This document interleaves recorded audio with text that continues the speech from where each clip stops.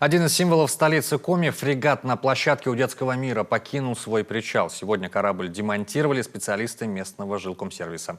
В два этапа они убрали арт-объект с постамента и перевезли его на территорию 25-й колонии. Именно в ней в свое время парусник и был создан.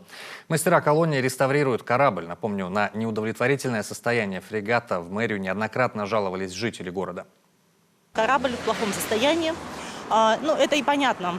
Он изготовлен из деревянных конструкций, стоит на открытом воздухе, то есть он подвержен всем атмосферным осадкам. И не мудрено, что спустя столько лет он уже сгнил и нуждается, можно сказать, даже не то, что в ремонте. Если мы и будем что-то с ним делать, то уже полностью ставить новый.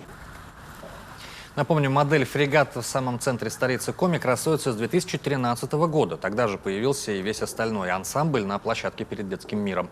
В администрации Сыктывкара было принято решение снять корабль с постамента и обратиться к жителям города за советом, возвращать ли судно обратно.